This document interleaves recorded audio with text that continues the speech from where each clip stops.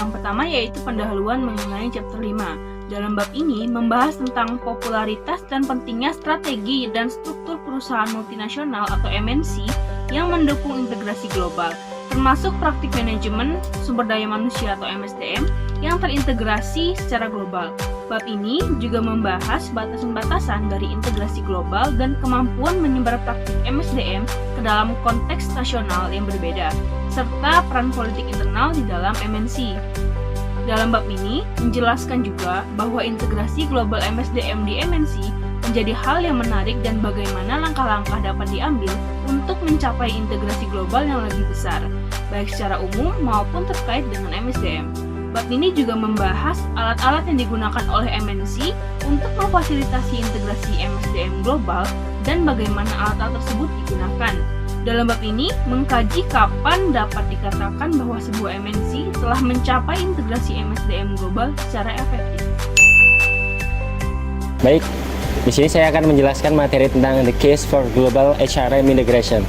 Sebelum memulai diskusi tentang integrasi global di perusahaan multinasional, pertama-tama perlu untuk mendefinisikan apa yang dimaksud dengan integrasi global, terutama karena hal ini terdiri dari dua istilah yang cukup abstrak. Pada intinya, integrasi global dapat dikatakan sebagai pencapaian setidaknya satu dari tiga tujuan utama. Yang pertama yaitu ada pengendalian anak perusahaan asing, yang kedua yaitu transfer praktik-praktik ke anak perusahaan tersebut, dan yang ketiga itu adaptasi yang tepat dari kegiatan-kegiatan yang membutuhkan pemahaman tentang praktik-praktik induk dan kondisi lokal. Yang selanjutnya itu dalam hal pengendalian anak perusahaan, literatur manajemen internasional menggambarkan integrasi terdiri dari tiga dimensi formal. Yang pertama itu berbasis kontrol dan dimensi yang lebih informal, tidak langsung, dan berbasis koordinasi. Pengendalian telah didefinisikan sebagai setiap proses di mana seseorang, kelompok, atau organisasi menentukan atau dengan sengaja mempengaruhi apa yang akan dilakukan oleh orang, kelompok, atau organisasi lain. Pernyataan ini menurut Baliga dan Jagger tahun 1984. Selanjutnya yaitu pengalihan praktik-praktik khusus perusahaan, misalnya pada HRM, yaitu untuk mencapai konsistensi dan keselarasan di antara anak perusahaan asing, dan juga untuk menjawab kebutuhan untuk mengintegrasikan pengetahuan dan praktik-praktik yang tersebar, yang dikatakan sebagai dasar penting bagi keunggulan kompetitif perusahaan. Pernyataan ini yaitu menurut Grant tahun 1996. Baik, yang ketiga yaitu melakukan adaptasi yang tepat terhadap kegiatan-kegiatan dan membuat perbedaan bahwa integrasi global tidak menyiratkan standarisasi total. Meskipun kita mungkin mengharapkan adanya standarisasi yang tinggi terhadap prosedur-prosedur operasional yang utama. Argumen dikelompokkan menjadi tiga kategori pendorong integrasi global. Yang pertama, pendorong lingkungan, pendorong strategis, dan pendorong struktural. Terdapat hubungan timbal balik yang kuat di antara kategori-kategori ini. Beberapa pendorong integrasi global akan terkait dengan pendorong di kategori lainnya. Klasifikasi ini membantu kita dalam mengetahui sumber pendorongnya, baik yang berada di dalam ataupun yang di luar, dan memberi kita gambaran yang lebih jelas tentang arah yang mungkin diambil oleh berbagai pendorong integrasi global yang berbeda dalam saling memperkuat isi seiring berjalan waktunya.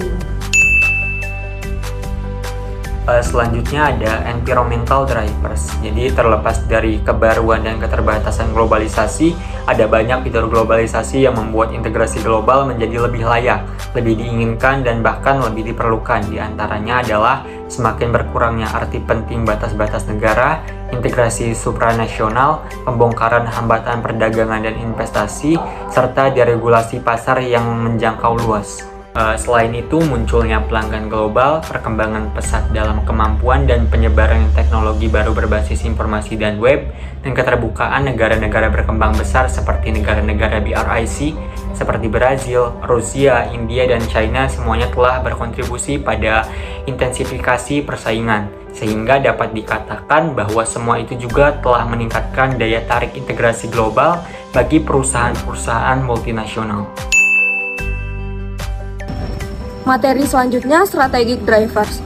Faktor lingkungan mendorong integrasi global mempengaruhi strategi dan struktur internal perusahaan multinasional atau MNC. Penggerak strategis menyoroti keuntungan bisnis dari integrasi global, termasuk mencapai skala ekonomi, memanfaatkan hubungan rantai nilai, menjadi pemimpin dalam inovasi, dan melayani pelanggan global dengan baik. Ini mencerminkan kebutuhan untuk beradaptasi dengan lingkungan bisnis global yang semakin kompleks dan terhubung. Integrasi global memungkinkan perusahaan multinasional untuk melakukan branding global secara efektif, memanfaatkan kapabilitas yang ada, dan menjamin mutu kelas dunia. Ini melibatkan kontrol terpusat atas proses inti, memungkinkan respon cepat terhadap perubahan pasar, dan mendukung perluasan operasi global melalui penempatan sumber daya yang efisien. Outsourcing juga menjadi faktor penting.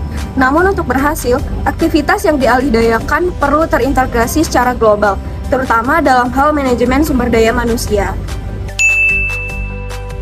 Structural drivers atau pengemudi struktural yang memengaruhi integrasi global dalam perusahaan multinasional MNC mencakup karakteristik seperti negara asal, struktur manajemen, dan mode pendirian anak perusahaan asing. MNC dari negara yang ekonominya berhasil cenderung mentransfer praktik sukses ke anak perusahaan asing. Struktur manajemen, apakah multi domestik atau global, juga memainkan peran penting di mana struktur global mendorong integrasi, mode pendirian, baik melalui akuisisi atau situs hijau, memengaruhi kemudahan penerapan praktik. Selain itu, sejauh mana dan sifat integrasi operasi anak perusahaan diklasifikasikan sebagai faktor khusus industri memengaruhi integrasi global. Dua bentuk utama adalah produksi direplikasi dan juga produksi tersegmentasi. Masing-masing dengan implikasi yang berbeda. Tantangan koordinasi muncul dalam produksi tersegmentasi, di mana berbagai fungsi terjadi di berbagai negara, pengemudi lingkungan, strategis, dan struktural secara bersama-sama dapat memengaruhi integrasi global. Dengan pelaku organisasi memainkan peran kunci dalam membentuk hasil. Pada bagian ini kita telah menjelajahi beberapa faktor pendorong integritas CRM global, termasuk orientasi efisiensi, penciptaan proses bisnis inti, kehadiran global yang cepat, pertukaran informasi, dan kemitraan. Nah, selain itu, keyakinan manajemen puncak dalam peran penting CRM sebagai sumber keunggulan kompetitif juga menjadi faktor penting dalam mendorong integritas CRM global. Nah, penggunaan kerangka kerja yang menekankan pada keadilan internal juga memainkan peran kunci dalam mengkoordinasikan kebijakan dan praktik sumber daya manusia global. Dari perspektif evolusi, integrasi sumber daya manusia global diperlukan untuk mendukung strategi perusahaan dan menyesuaikan diri dengan aktivitas bisnis yang semakin global. Pendekatan yang semakin terintegrasi ini juga terkait dengan peningkatan fokus pada pemanfaatan pengetahuan dan pembelajaran organisasi dalam jaringan internal MNC, serta tekanan untuk mengatasi agenda keberlanjutan. Selain itu juga dampak teknologi seperti CRM elektronik telah memfasilitasi transformasi peran fungsi sumber daya manusia dengan mengurangi biaya transaksi, memungkinkan substitusi kemampuan fisik dengan aset digital, dan memungkinkan transformasi model bisnis sumber daya manusia. Meskipun masih belum jelas faktor pendorong mana yang memiliki dampak paling besar dalam mendorong agenda integrasi CRM global, penting untuk mempertimbangkan bagaimana perusahaan multinasional dapat mencapai integrasi CRM global secara efektif. Baik, saya akan menjelaskan materi terkait dengan Tools of Global HRM Integration.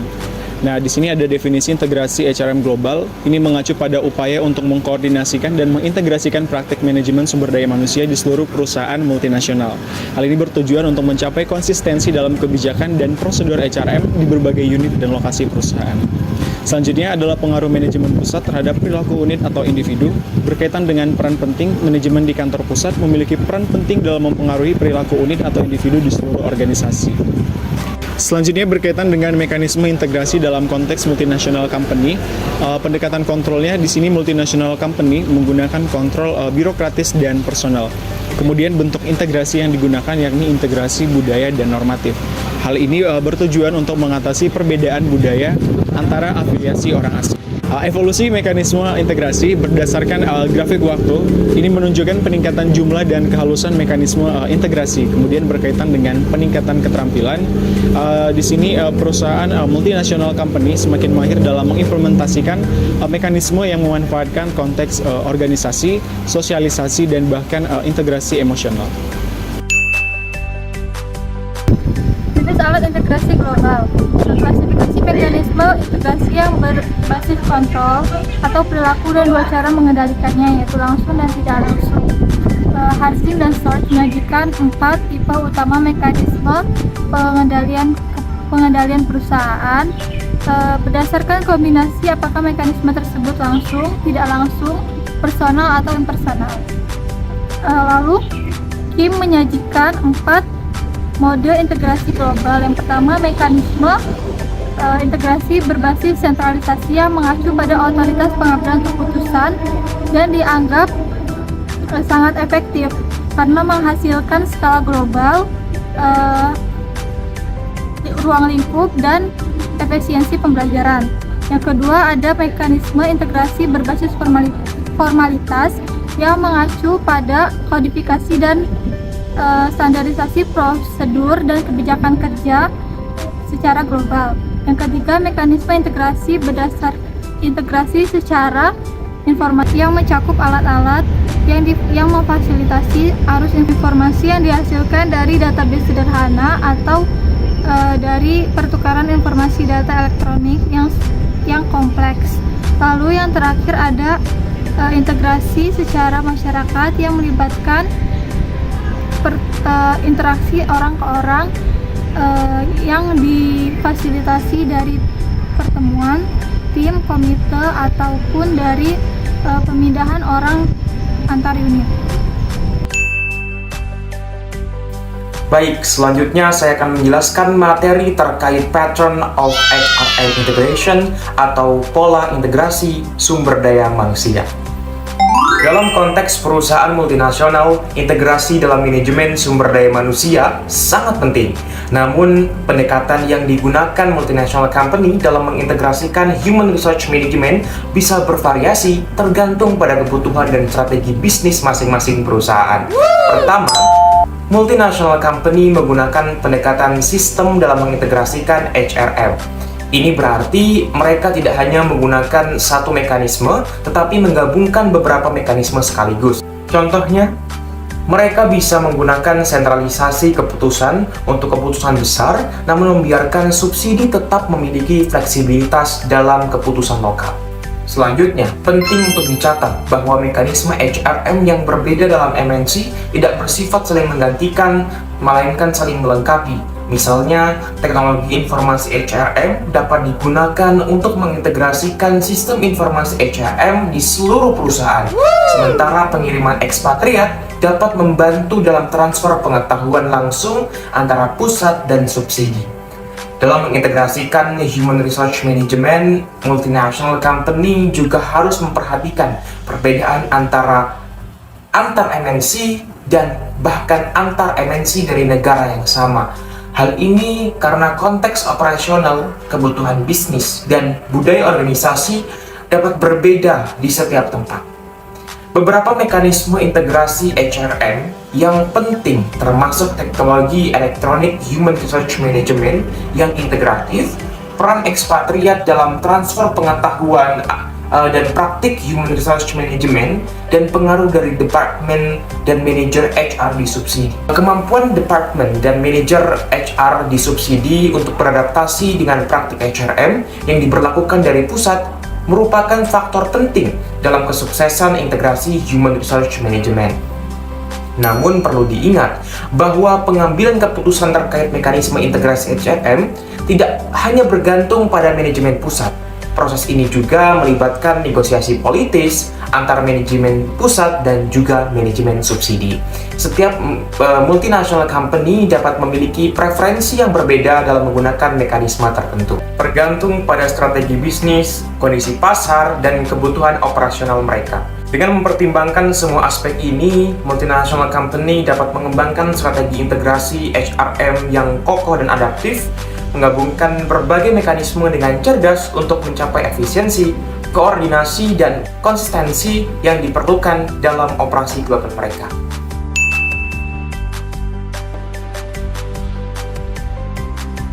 Baiklah, materi selanjutnya itu membahas tentang mencapai integrasi HRM secara global. Nah, pada materi kali ini membahas evaluasi efektivitas integrasi HRM global di perusahaan multinasional. Sebagian besar penelitian MSDM di perusahaan multinasional mencoba menjelaskan sejauh mana praktik MSDM di perusahaan mirip dengan perusahaan induk atau integrasi dan berbeda dengan perusahaan lokal atau diferensiasi. Namun ada kelemahan dalam pendekatan ini, terutama dari segi konseptual dan segi metodologis. Dari segi konseptual itu sendiri terdapat masalah dengan ketergantungan pada tingkat kemiripan dengan praktik-praktik induk sebagai indikator integrasi. Kemiripan tidak selalu mencerminkan integrasi yang efektif, karena praktik yang sama belum tentu diimplementasikan atau diinternalisasi dengan baik oleh anak perusahaan. Selain itu, fokus hanya pada kemiripan dengan induk perusahaan dapat mengabaikan integrasi global yang mungkin terjadi melalui difusi terbalik, di mana anak perusahaan mengintegrasikan praktiknya ke dalam induk perusahaan. Nah, dari segi metodologis, penelitian MSDM seringkali mengalami bias respon tunggal, di mana temuan hanya didasarkan pada tanggapan dari satu perwakilan perusahaan atau anak perusahaan.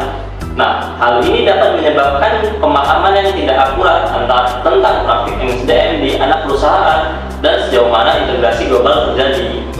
Dalam kesimpulannya, penilaian efektivitas integrasi HRM global di perusahaan multinasional tidak hanya berdasarkan tingkat kemiripan dengan praktik-praktik induk. Diperlukan pendekatan yang lebih tepat dan beragam untuk memahami sejauh mana integrasi HRM global yang efektif terjadi di perusahaan multinasional. Kesimpulan bab ini membahas integrasi global HRM, menyoroti argumen, cara-cara implementasi oleh MNC, dan evaluasi efektivitas di anak perusahaan MNC. Namun, masih ada pertanyaan tentang seberapa luas integrasi HRM global akan berkembang, terutama dalam konteks praktik SDM. Penelitian cenderung fokus pada faktor struktural, sementara mekanisme integrasi praktik SDM masih kurang dipahami. Beberapa alat integrasi seperti HRM dan nilai-nilai perusahaan mungkin membentuk masa depan integrasi MSDM, tetapi ada tantangan seperti kaku dan ekspektisme. Ada ruang termasuk definisi yang lebih ketat, penelitian yang lebih maju, dan kolaborasi budaya untuk memahami yang lebih baik. Terakhir, integrasi global MSDM dan transfer praktik MSDM. Terima kasih.